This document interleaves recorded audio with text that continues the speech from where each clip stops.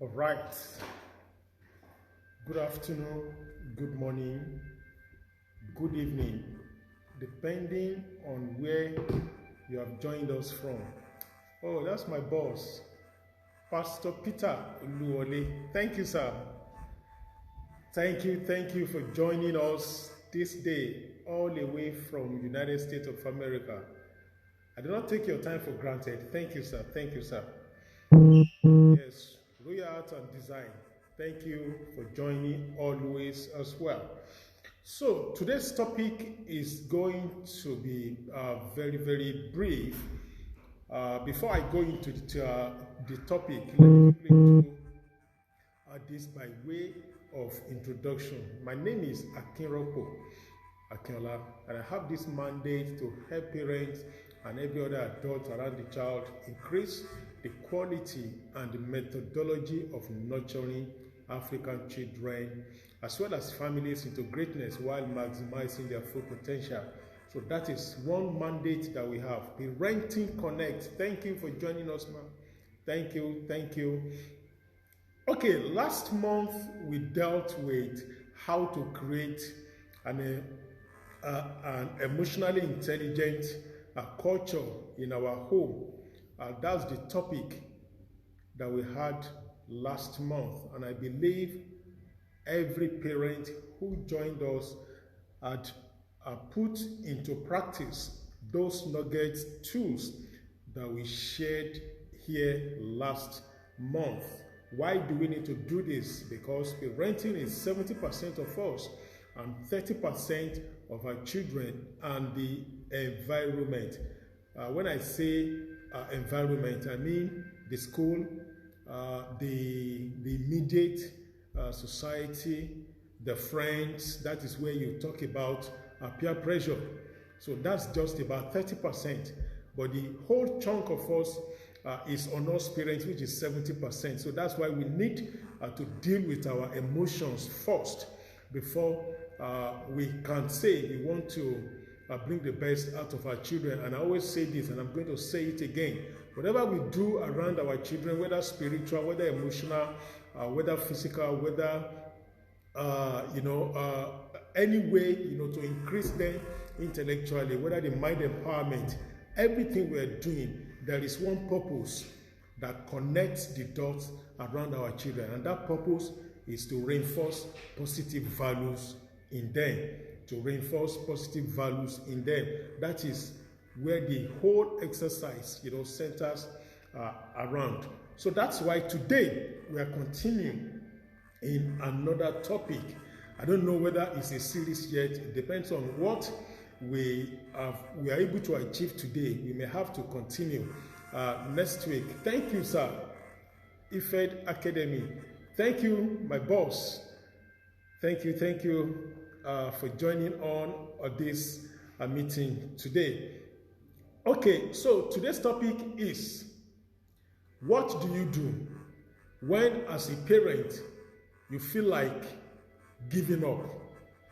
I know if I give every one of us a time, to really share your experiences with us about what you have done in the past, or how you have felt in the past, in a way where what you expect from your children, what they give you first shot of what you expected from them, or what society, the pressure society has put on us, the challenges in the political space here in Nigeria.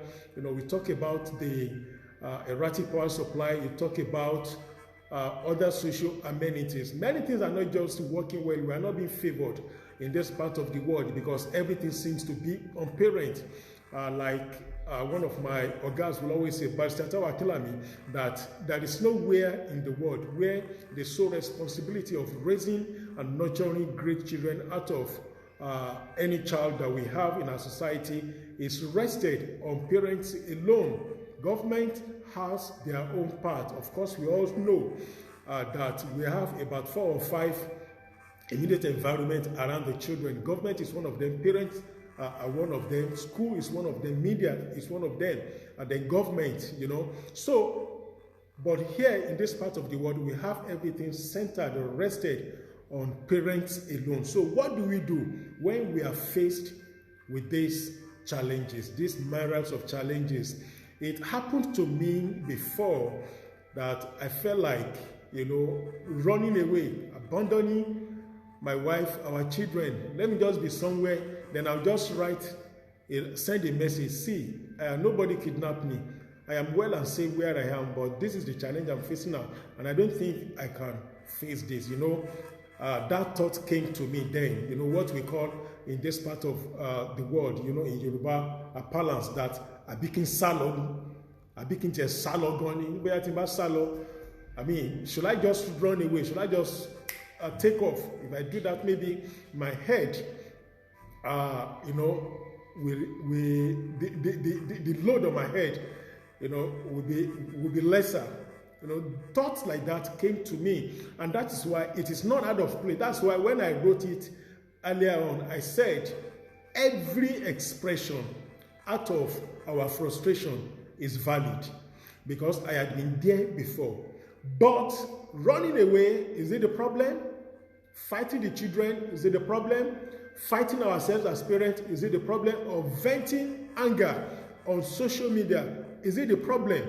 Or fighting neighbors, is it the problem? Or even fighting our co-workers, is that the problem? Is that the way out? Of course, that is not the way out. That is not the way out. Because what this would do to us, that I jotted here, is the idea that people change when they have enough resources to enable, will always enable us to change. Look at it this way, that the idea is, the purpose of this meeting today is that when people have enough resources, it will enable us, to go towards a positive empowerment. It will enable us to have positive reasons to do something right. So that is why, in spite of the challenges that we may likely encounter, because this is the school fees month, like somebody wrote today on Facebook, the person said, Aku school fees month, Aku school fees month, meaning that welcoming everybody into this school fees month, that this is the month we are going to pay school fees, whether we like it or not. It's either you pay now or you still pay by October. But it is certain that we are going to pay school fees. It is certain we're going to pay school fees. It is certain we're going to deal with challenges from our children, because some of them would like to behave their age. Some of them will want to push the boundaries and test the limits. Some of them you have to do that. At the same time, you have to deal with the challenges, the instability in the political space here in Nigeria is giving you. So we have a lot that we have to deal with as parents. What do we do? Don't forget, like I said, the one purpose that we have as a parent, or as parents, or educator, or as adults around the children, that one purpose is to reinforce positive values in them. Every other thing we want to do is secondary. So I start this way by saying, when you are on your way up, when you are going up, you don't quit. Let me say that again. When you are going up, you don't quit. Sometimes ago, I think about 2 months ago, I had one of the live sessions that I had here, and I gave the parable of half-hearted mountain climber. The half-hearted mountain climber. And I said that through that research, that was where I discovered that, the mediocres. The word mediocre was gotten from the people that were climbing mountain, but when they got to the middle of the rock, they stopped. They stop at the middle of the rock. That is why the early philosophers then named them as mediocres, the people that stopped at the middle of the rock. How did that, let me just quickly rephrase it again. How did it happen? Like, the parables or the metaphor of the mountain climbers, half-hearted mountain climbers, meaning that at the initial stage of everybody, at the initial stage of us parents, everybody's excited that we are parents. We post it on Facebook. We are happy. We tell our friends, oh, it's a boy. Oh, it's a girl. I remember when I gave birth to my first child as well, right? In 2003, I was happy that, wow, so I'm a father now. But the story soon changed. Immediately, the girl got to the age of like 3, 4, when we had to deal with, with issue of crying every day, tantrum, scattering the whole house. We had to sweep, like 3, 4 times every day. A lot of things we have to deal with, especially when the brother arrived. So we now knew that this is a huge challenge for us to deal with. So at the initial stage, when everybody wanted to when they wanted to climb the mountain, they were excited that, oh, this is a task that they really want to get into. So when they get to the middle of the rock, when they are tired a bit, at the middle of the rock, they have all manners of drinks there. They have a place where they can really relax, all manners where they could meet many people, many friends they've never met. Many they will meet them there, they start to chat. So at that middle of the rock, people get carried away. At the middle of the rock, people get unnecessarily complacent. At the middle of the rock, a lot of things came onto us fathers and onto us parents. We get discouraged. At the middle of the rock, you look back, you see how far you had gone, and you look front, you see that, you still count many rocks, many mountains to climb, many steps to climb. So at that particular area, that is what I want to address now. Why some people that have made use of the tools that I want to discuss about here, when they look at those tools and they continue the journey, some people who don't have any tools, remember I did say that the purpose of this meeting is to give us ideas that will reinforce positivities in us. So if we don't have those ideas that will reinforce positivities in us, there is no way we're going to have enough courage, enough content to reinforce positive values in our children. So at that particular time, those ones continued the journey. They were climbing the mountain, but the half-hearted guys, half-hearted parents, they got stuck in the middle of the rock, and they are named mediocres. I'm not calling every parent that had challenge, I'm not calling them I'm not calling them mediocres. I'm just using that metaphor, how that name came into being. So when they got stuck in the middle of the rock, they were called mediocres. And those guys, other guys, they climbed and they got to the top of the mountain. So in order for us to break off the shackles of the half-hearted mountain climbers, that is why today's topic is here. When you feel like giving up as parents, what do you do? When you look in the next 3 weeks, I'm going to be paying the school fees and I don't have any money, what do you do? Or perhaps the payment of school fees coincides with some other obligations. House rent, office rent, staff salaries, a lot of things. Just, they all came together in this month of September. What do we do? Do you run away?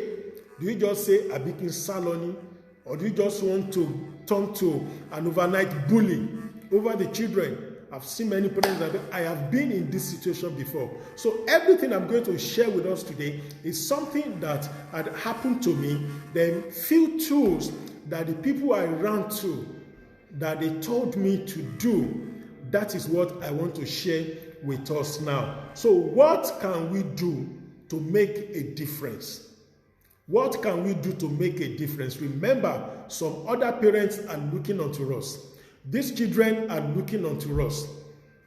Our wives, our spouses are looking onto us. The mother is looking onto the husband. Let me see how my husband is going to wade through these challenges. The husband is looking at the wives, that let me see how my wife is going to wade through these challenges that we have found ourselves, because the children are watching us. And now listen to this. If we don't give our children enough experiences as against enough explanations, it is going to be difficult for them to develop their own personal grit. Let me say that again. If we don't give our children enough experiences as against much explanations that we always giving them, is going to disturb or delay their own personal resilience into developing their own personal grit.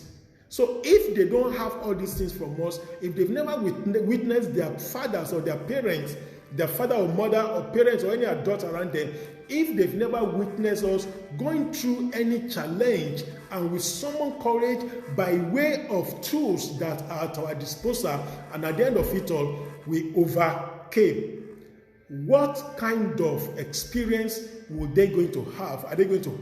Then how are they going to tell the stories of how the life was when they were with their parents? So that's why this thing, the challenges that we are going through now may really be something in disguise, a blessing in disguise.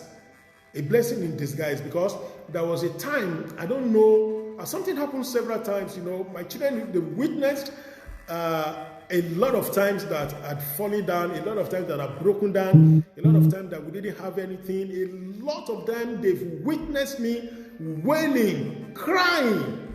And then at a point in time, about 6 years ago, thereabouts, I took my son, we went somewhere, we went to one class one of the evenings around 5 p.m. And when we got to that place, when we were about stepping out of the car, my son just looked at me. This guy was just 7 years old by then. 7? Yes. He was 7. He just looked at me. He said, "Daddy, I am proud of you." And I asked the boy, "What did you see? What made you proud? What made you think that way?" The guy just said, "I'm just proud of you. I don't know what I saw. I just feel it. I'm just proud of you. Let's go." So, when we got home, I have to tell my wife that what is it that this guy has seen? I don't know what the guy has seen. And oftentimes, this guy will still say something like that. I don't know what the guy is seeing, what he has seen, but he knows what he has seen. I may not be able to really comprehend everything that he has seen, but I can give clue, and I have clue to what he has seen, because he has seen me going through battles of life. I explained everything to them. He had seen me crying, he had seen me come out. A lot of things that these people, my children, have seen me, gone into in the last 4 or 5 years. I have never hidden anything away from them. And that one, to me, it's a blessing in disguise unto us. It was so painful that they had to go through that. It was so painful that they had to witness something like that. But again, they have a story to tell. There was a day I was able, this was about 3 months ago, I was able to have a glimpse of what the diary my daughter is keeping. Full of stories, full of experiences, full of what her parent had gone through. And I read it behind like this. She wasn't there. I read it. I just shook my head. I said, wow, this is nice. A lot of experiences. Many things that we had gone through together. So remember, when something like this happened to you, it's a reference point for our children to have much of experiences as against much explanation. Some parents, some educators give students more explanation, which at best will only make them to read and pass. But experiences that we give them, personal experiences that we give them, will make them to develop personal grit in their own life. And that is what the children of today, that is what they need. Now, the practical steps to take when you feel like giving up. The first practical step you need to do, enjoy that post-traumatic growth. Of course, you have experienced that depression, you have experienced everything, but behind every depression, behind every negative experience that we have, right, there is always an opposite reaction. Opposite positive. There is always a positive side, positive on the other side of that negativity. Let me share my own experience. When I went through all those challenges, right, I knew. How did I enjoy the post-traumatic growth? Immediately, I was able to see people to talk to me. That was about 9 years ago when I see people to talk to me. That was even when I already know that this is what God had designed for me, the parenting ministry, family life ministry. But I didn't know how to go about it. I was just jumping around all manners of personal development I sought, all manners of training, every seminar I was going, but still there was no, there was no headway. I have family to cater for, financial challenges, everything all collapsed in one year, right? So immediately that thing happened to me. The positive side that I took out of it was before that I was in that challenge, I was in that problem because I was lacking in a particular knowledge. I was lacking in a particular personal development. So what did I do immediately? I rediscovered myself back on the track. Then I sought coaches who were supposed to put me through in what I should do. So that is when you enjoy that post-traumatic growth. It is traumatic in nature. You are depressed, everything, but look at it. What lesson is this particular moment teaching me? Then the second one is how to make the trauma an advantage instead of a disadvantage. The first thing for you to do to make that trauma an advantage instead of being a disadvantage of it is increase the appreciation of life. For every moment, immediately you wake up like this, I'm talking to us parents, because these challenges will always come and they will always go. They are a phase in our life. Believe you me, have everything in the world, have $1 billion today. A moment will come in your life that money is not going to be the problem. Another challenge you are going to face is not going to be money related. It's not going to be financially related, but it's just going to be something else. So there will always be a moment for you to appreciate your life. For every moment you wake up, appreciate that moment, appreciate the life. Then the second one, go into deeper relationship with others. If you're a parent here, you are looking at the fact that 3 weeks' time, there is no money to pay the school fees. 2 weeks' time, house rent. December, all manners of challenges you have highlighted. Then the question I want to ask is this: what has happened to the relationship you have courted in time past? Look at those relationships and look inward. Where are the other areas where you've not been able to harness right or courted right relationship with? You have to look into it. Somebody rightly told me some time ago that you are not broke. When you are broke, it's either you are in a wrong relationship, meaning that you don't have right people in your corner, or you are bereaved of ideas. So at times, even said at times, it's so bad that those two reasons happen to some people. You are bereaved of ideas, number one, and again, you don't have quality relationship in your corner. So these are the things parents need to look into. Why am I saying this? We focus too much on how we are going to increase our wealth, how we are going to meet our target. We set goals for ourselves every year, but we don't pay attention to the quality relationship that we caught.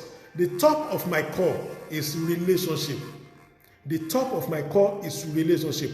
And I know how that relationship has helped me. How that quality relationship had taken me out of the dungeon of forgetfulness, out of the dungeon, of lack, dungeon of mind, intellectually lacking capacity. Quality relationship had taken me out of that place. So I want to beg you, go for quality relationship. If you feel like giving up, what made you to think? What took you to that level? The deficiency of quality relationship had taken you to that level. So giving up is not the problem. When you give up, you have added more problems. When you give up, what do you think will happen to the children that you have brought to this world? That is not the solution. Face it head on by cutting quality relationship. Then the third one, which is new perspective and strength. New perspective and strength. The first one, increase your appreciation. Appreciate your moment. Appreciate every moment that you wake up. Every moment that you have, appreciate. Then the second one, go into a deeper relationship. When I mean relationship, who are your friends as fathers? Who are your professional colleagues? Who are your intellectual colleagues? Who are your social friends as fathers and as mothers? This we must figure out. Then the third one, new perspective and strength, which is what we call personal development. This is what we call personal development. Last week when we were talking about, last month, of course, yes, last month, when I was talking about how to build, create an emotionally intelligent culture in our home, by the time we rounded it off, and I gave 4 points on how to build it, the last one that I discussed about is personal development. There is nothing we can substitute, for personal development in our life. And I remember I did say, many of us, that thing happened to me too.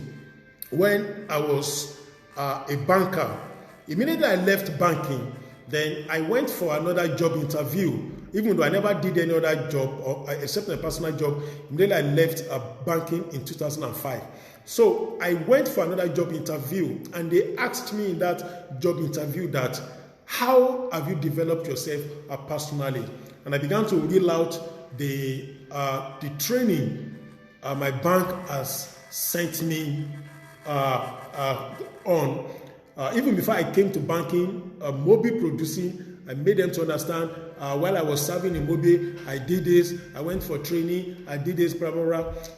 By the time I reel out about 10, including the one I had in the banking industry, 10 staff training they gave me. These people told me that you have never had any training at all. That those trainings, your organization, your employer gave you, were tailored towards their own achievement, towards their own advancement. Which one have you done towards yourself? I didn't have anyone to say, but here I was boasting of the training the bank and Mobile Producing has sent me on.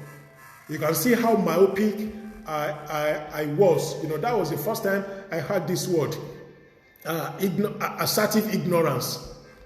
Because after I left that place, I ran the same thing with my friend, and my friend told me what I went through, or what I was just telling them was just being assertively ignorant. Because I've not known anything, but I thought I knew anything.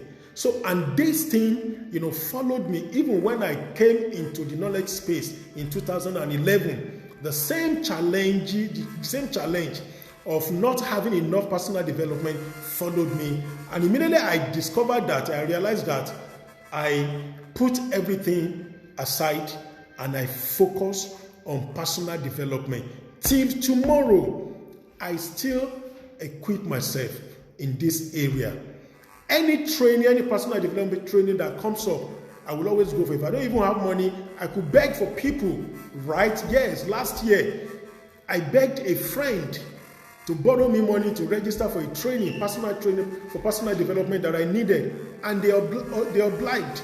Even when I wanted to pay the money back, they told me, no, it's okay, right? So this is one of those things that I'm talking about. What is the budget for the personal development aspirants? But guess what? This is not motivational speaking, because I've not said all these things that I've given here will solve the problem, the problem for this month. No. But guess what? Our children are there. Next year, they are there. 2 years, they are there. 3 years, they are there. So these suggestions could work for us in the next session, maybe from January, right? So that we don't just continue to fall into the same problem year in, year out. Don't think of giving up. Think of personal development. Somebody rightly told me some time ago that any deficiency in life you find yourself, right, is as if, any challenge you find yourself, any depressing mood you find yourself is partly a deficiency of personal development. The man said, you can't substitute anything. What you need to do. In that place where you're working, do you need to have additional degree for yourself? Think of it. Do you need to have additional a professional certification for yourself? Think about it. But personal development remains sacrosanct in a way for us to reinforce positive values in our children.